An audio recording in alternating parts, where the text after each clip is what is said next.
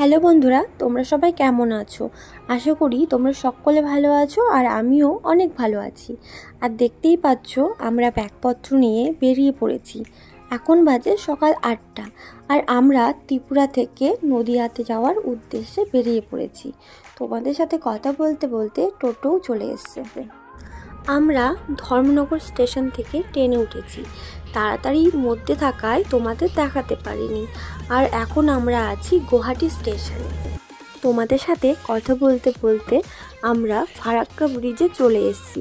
জানো তো বন্ধুরা, এই ব্রিজটির দৈর্ঘ্য 2245 মিটার আর এই ব্রিজটাতে 109টি গেট আছে। দেখতে দেখতে আমরা দুদিনের পথ অতিক্রম করে চলে এসেছি শিমুরালী স্টেশনে। আর এখন আমরা মিষ্টি নিয়ে নিচ্ছি বাড়ির জন্য। তোমাদের দাদাভাই আমায় বলছিল তুমি কিছু খাবে, তো আমি বললাম না, এখন কিছু খাবো না। অবশেষে আমরা বাড়িতে পৌঁছে গেছি।